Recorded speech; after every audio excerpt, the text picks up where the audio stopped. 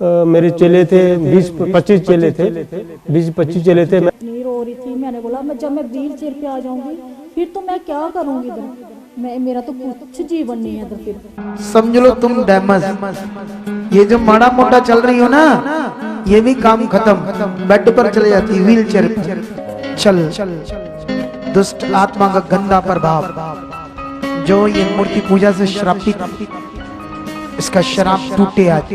मैंने भी खुद ही इनको फांडे किए थे और इनको भी आराम नहीं आया। मैंने 10 देवते अपने घर में बैठाए हुए हैं। सभी ऐसे बोले कि ये ऑपरेशन करवाएगी तो बिल्कुल व्हील चेयर पे आ जाएगी, तेरे तो घर में बहुत बड़ी मुसीबत पड़ जाएगी। मेरे चेले थे 20-25 चेले थे, 20-25 चेले थे। मैं उनको सभी को बुलाया, जो मेरा गुरु था मैं उसको भी बुलाया कि यार मेरी मैडम की हालात बहुत खराब है, इनको ठीक कर दो। वो कोई भी हमारे पास नहीं आया। मैं थोड़ा ज्यादा घबरा गया तो मैं बहुत डरता था कि मेरे इसके बिना तो मेरा कोई और नहीं था, तो छोटे छोटे मेरे बच्चे हैं, तो वो मेरा सहारा यही है, तो मैं इसका सहारा था। मेरा शरीर इतना भारी हो गया था कि मेरे को लैट्रिन बाथरूम भी मेरे को बेड पे करना पड़ा था।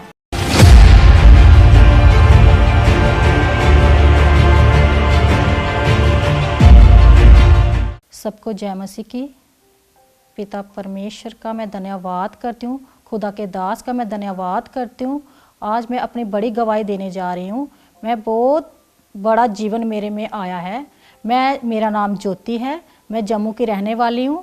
अचानक 2 साल से पहले मेरे को इतना पेन हुआ मेरे को टांगों में कि मैं बर्दाश्त से बाहर हो गई थी। फिर मैंने अपने पति को बोला कि मेरे को ना कोई मेडिसिन लेके दो। उन्होंने मेरे को मेडिसिन लेके दी, मैंने खाई तो फिर किसका था ना हल्का हल्का आराम लग रहा था, फिर वैसे हो रहा था। फिर मैंने ऐसे काम करती रही, चलता रहा। तो जब मैं बिल्कुल बेड पे पड़ गई तो फिर मैं हैरान होगी कि मैं अब क्या करूं। तो फिर मेरे पति कहने लगे कि तो अब तो पूरी बेड पे पड़ गया, अब क्या कर सकते हैं हम। तो फिर मैंने बोला अब तो खाना बनाना है मुश्किल होगा, घर का काम भी बहुत मुश्किल हो गया था। मैंने इतनी मेडिसिन खाई कि मेरे को कोई रिजल्ट ही नहीं आया। मेरा शरीर इतना भारी हो गया था कि मेरे को लैट्रिन बाथरूम भी मेरे को बेड पे करना पड़ा था। पहले तो मैं अपने पति को कहती थी कि मेरे को कैसे करूं, तो ये मेरे को बेड पे करवाते थे।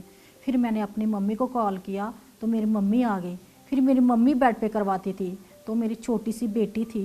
फिर मैंने जब उसको देखा तो मेरे को इतना आया कि कहने के बाद मैं कैसे इनको देख देख के मेरे को इतना रोना आ रहा था कि घर का काम कौन करे। फिर मैंने बोला कि बहुत मुश्किल हो गया मेरे को। फिर ये बोलने लगे अब तो तू चल भी नहीं पाती है, मैं कैसे तेरे को हॉस्पिटल ले जाऊं। तो मेरे ननंद के घर वाला उसका, तो उसने मेरे को विश्वास दिलाया कि मैं उठा के ले जाऊंगा इसको, भैया तू फिक्र मत कर।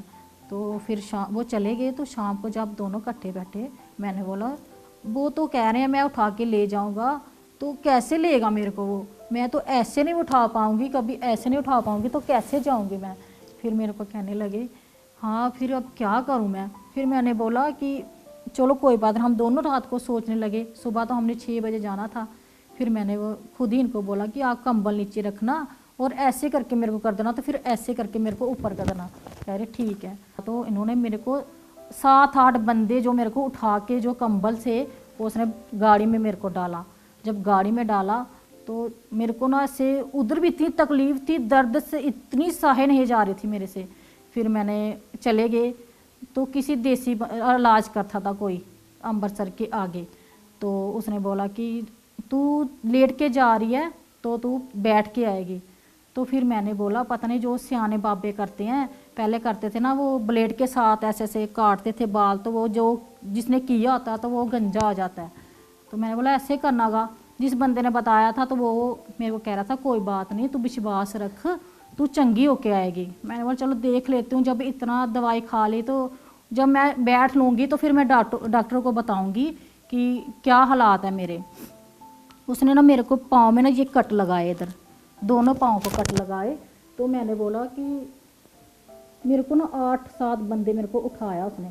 मेरा शरीर इतना भारी था कि कोई कहने की बात ही नहीं। जब उसने उठाया ना उन्होंने मेरे को, 4-5 बंदे इधर लगे थे, 4-5 बंदे इसको ऐसे उठा के मेरे को खड़ा किया ना जब, तो मैंने बोला पता नहीं क्या करना उन्होंने मेरे को। जब उसने नीचे कट लगाए ना तो मेरी दर्द निकल गई। जब दर्द निकल गई ना तो मेरी ये टांग पूरी सुन हो गई। जब टांग सुन हो गई तो फिर मैं बैठ के तो आ गई। मैंने बोला चलो ये परेशानी तो निकल गई है दर्द वाली।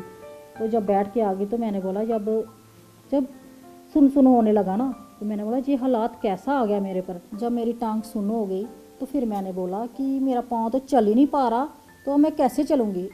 फिर मैंने बोला मेरे पाँव आगे चल नहीं पा रहा है। फिर उन्होंने पकड़ पकड़ के मेरे को चलाने लगे। फिर भी मैंने बोला कोई रिजल्ट नहीं आ रहा है इसका, अब क्या करूँ। फिर डॉक्टर के पास गए, उन्होंने एक्सरा किया, मेरी टांग का एक्सरा किया, कमर का किया। उसने बोला क्लॉट है इतना बड़ा, ये ऑपरेशन के बिना कभी नहीं जाएगा ये।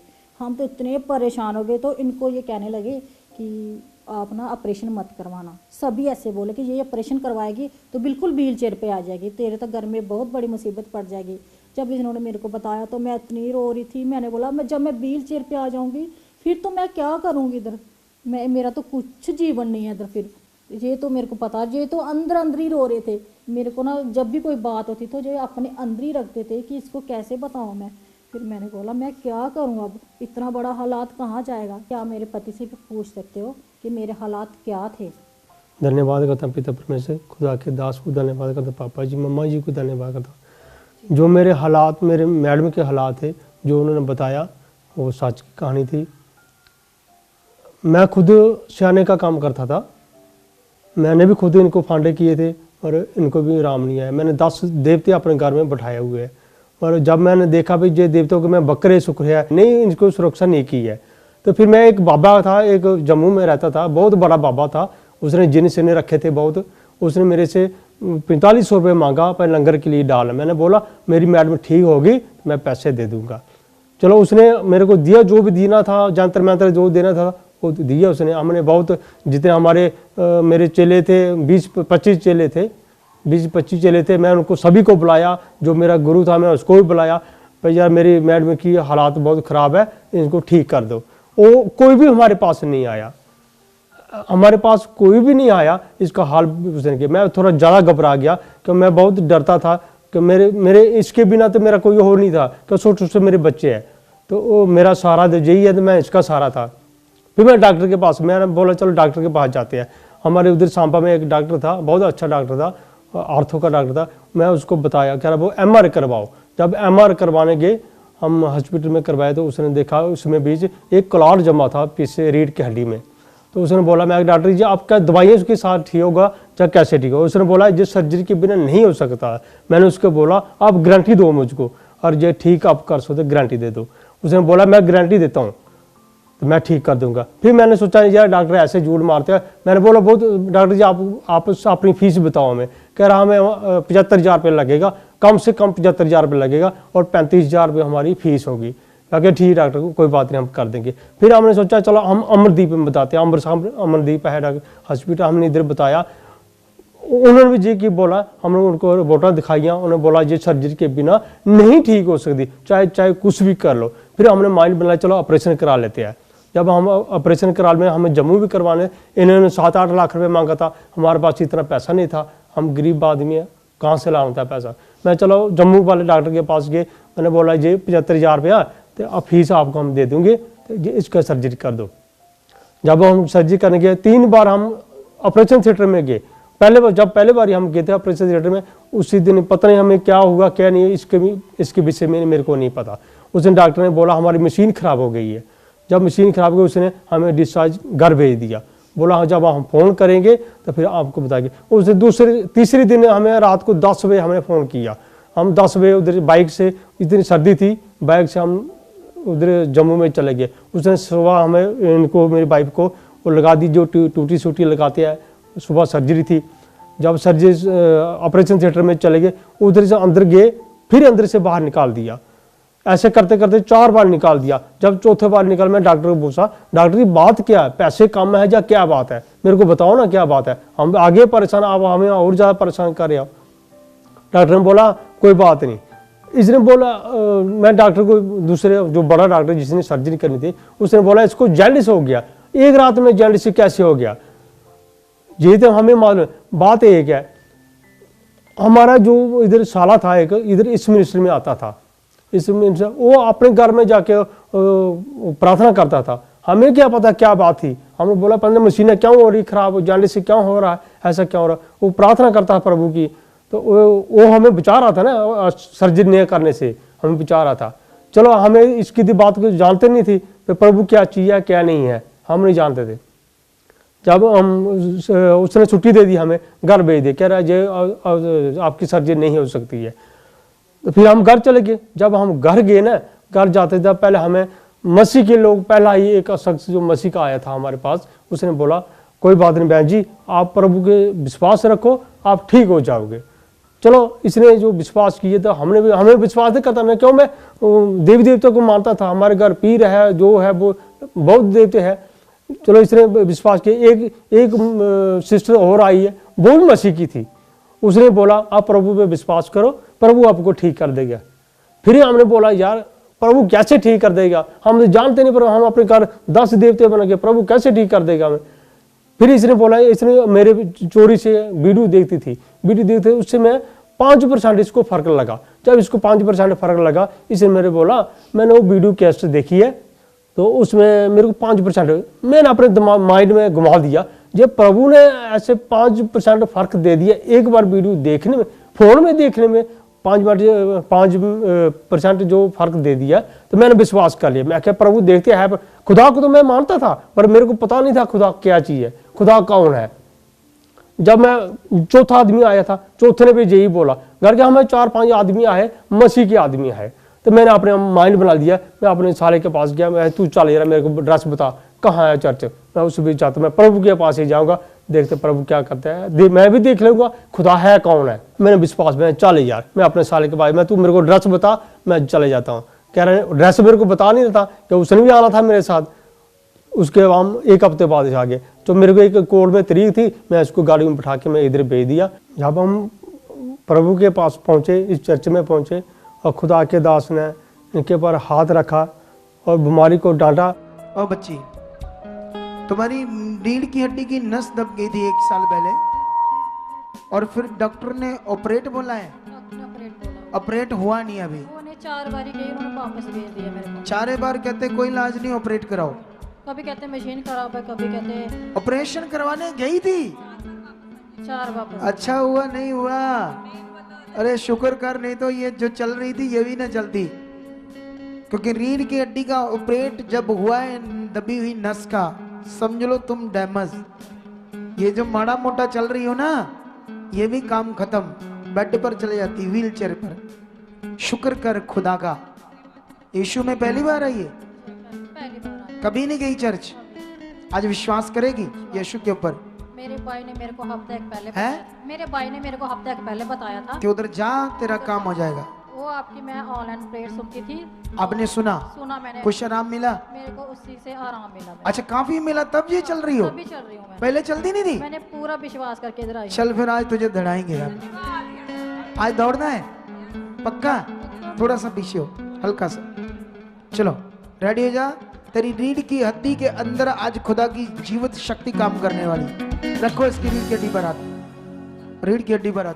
चलो रखो, चल दुष्ट आत्मा का गंदा प्रभाव जो ये मूर्ति पूजा से श्रापित है, इसका शराब टूटे आज। Shut up Jesus, shut. इसको हाथ रखो पेट पर, नीचे भी। खुदाबंद ये संसार से आई है, तुझे नहीं जानती, जिस करके इसका श्रापित हो गया जीवन शैतान से, जिसकी रीढ़ की हड्डी अंधकार से नेगेटिविटी के कारण जो दब गई है, खुदा तेरी जिंदा शक्ति को रिलीज करता अभी, और रीढ़ की हड्डी पूरा अंदर तक हाथ दे दो रीढ़ की हड्डी में। यस यस यस खुदावन, इसी समय वो दबी हुई नस अपनी जगह सेट हो जाए, ये अंधकार का गंदा रुक जाए। शट शट आउट, उठाओ उठो, इसको बोलो उठो, डरना नहीं आप। चलो इधर देखो मेरी तरफ, हाँ चलो।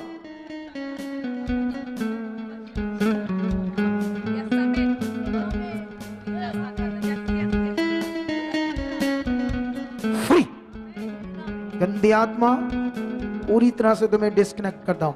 Shut up, free. चलो देखो मुझे, झुको झुको, हाँ ऊपर नीचे, और नीचे ऊपर, हाँ हाँ और नीचे देख, हाँ देख, दौड़ कर देख, दौड़। हाँ डरना नहीं, डरना नहीं, इधर इधर मेरे पास लाओ, वापस लाओ वापस लाओ वापस लाओ, तुम्हें डरना नहीं, अभी डरना नहीं। पकड़ो इसको, पकड़ो पकड़ो, हील हो रही पूरा। प्रभु जिंदा खुदा अभी लड़खड़ा रही थी, क्योंकि ये लड़खड़ाना नहीं चाहिए। इस क्षण गंदी बुरी आत्मा का प्रभाव shut out, shut out, free. पूरी तरह से खुदा तेरी जिंदा शक्ति इसकी रीढ़ की हड्डी में काम करे। ये दबी हुई नस खुल जाए, अभी दबा दो इसकी रीढ़ की हड्डी। खुले खुले खुले खुले खुले खुले, फ्री। अब देखो, झुको आगे, डरना नहीं। हाँ स्पीड से, स्पीड से, हाँ स्पीड से, स्पीड से। ये देखो क्या हो रहा है, ये झुक सकती थी, ये झुक सकती थी ऐसे, ऐसे जब झुक रही है ऐसे झुक सकती थी नहीं। दौड़ दौड़ दौड़ दौड़, हालेलुया। ये देखो जिंदा खुदा,